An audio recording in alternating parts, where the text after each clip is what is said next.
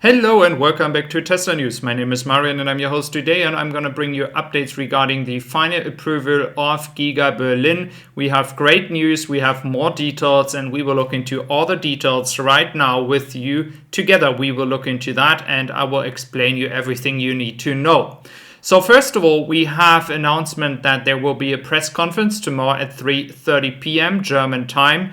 And it is very important to understand that all the people who were in charge and still are in charge of all the paperwork, they will be there. There will be a press conference. They will explain everything.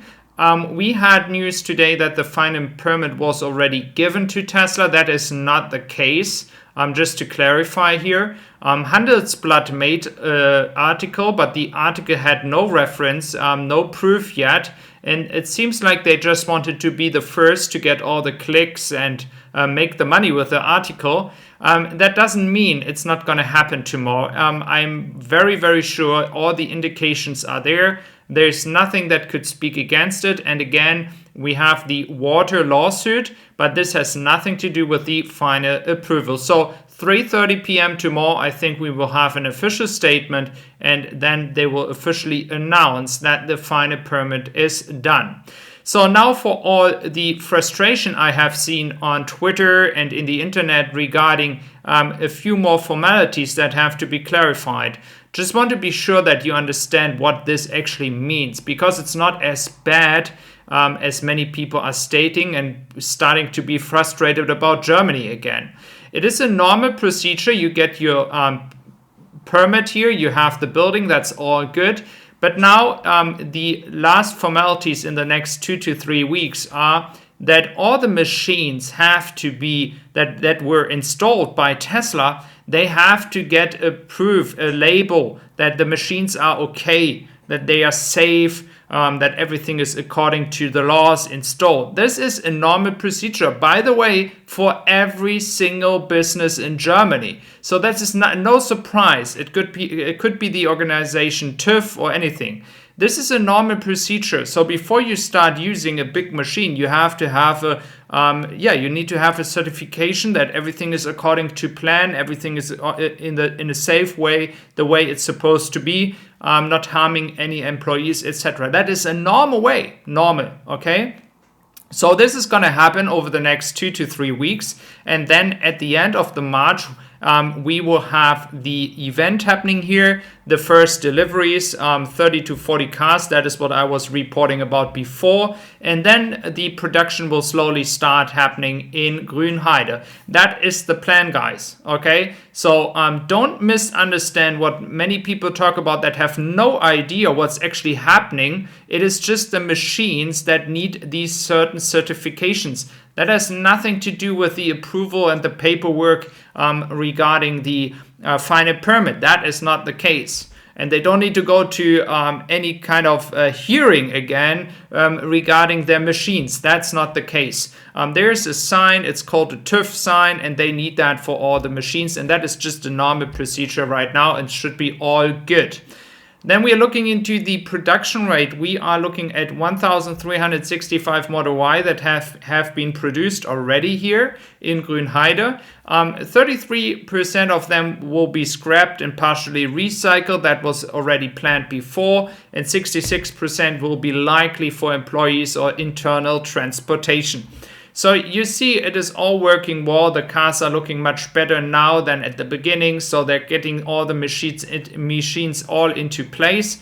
Again, as a reminder, you see the battery cell production in the background. I do expect that the first batteries might come out here and be installed in the performance variant, maybe by Q3, but I expect more likely Q4. And for all those people who were watching as well in Austin, the cars being outside, we have seen Model Y long range and Model Y performance. And I still do expect, as I mentioned yesterday, that Tesla might do the same thing here in Germany too. So there might be the shift to have performance and long range coming from Grünheide. Let's see if they will do the same strategy. I'm very excited if they would actually plan to do that. Looking at Austin, we see more and more cars outside, but again, They haven't been delivered yet. It seems like this final paper that is still has to be confirmed is not done yet.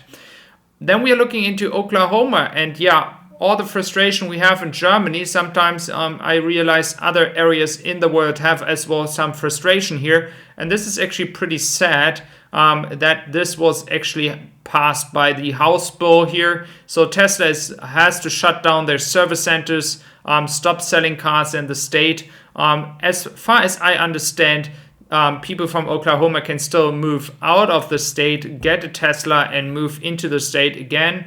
But again, if you don't have any service centers, it seems to be very frustrating if you have any issues with your car. So this is again showing how long the way is still to go when it comes to the EV space, to move towards green energy. There is so much money still trying to stop this trend, to stop this change. And it's not only in the United States, but in general.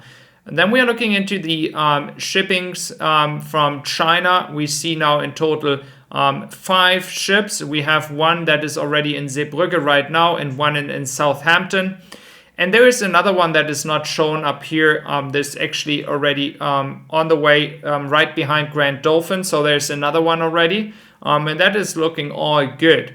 I do expect that for the European market in the next 12 to 15 months, the dependence on China will rapidly reduce itself, and the Shanghai factory is able to more likely focus on Chinese market, Australian market, and other markets they can export to once the Model 3 is not being exported to the European market anymore.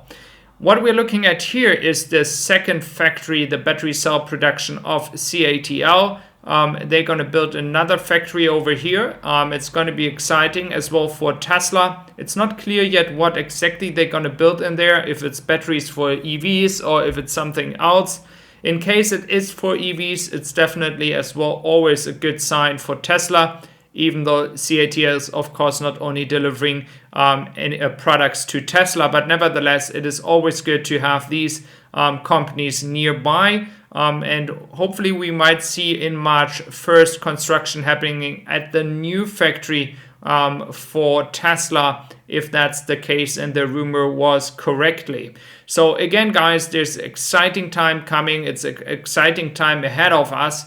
And I'm looking forward to bring you all the news from Germany with all the production, all the information that you need to be updated what's happening over here. So thank you very much for your support. Thank you for your time. And yeah, thank you for your patience as well. And we will see us tomorrow. Thank you very much.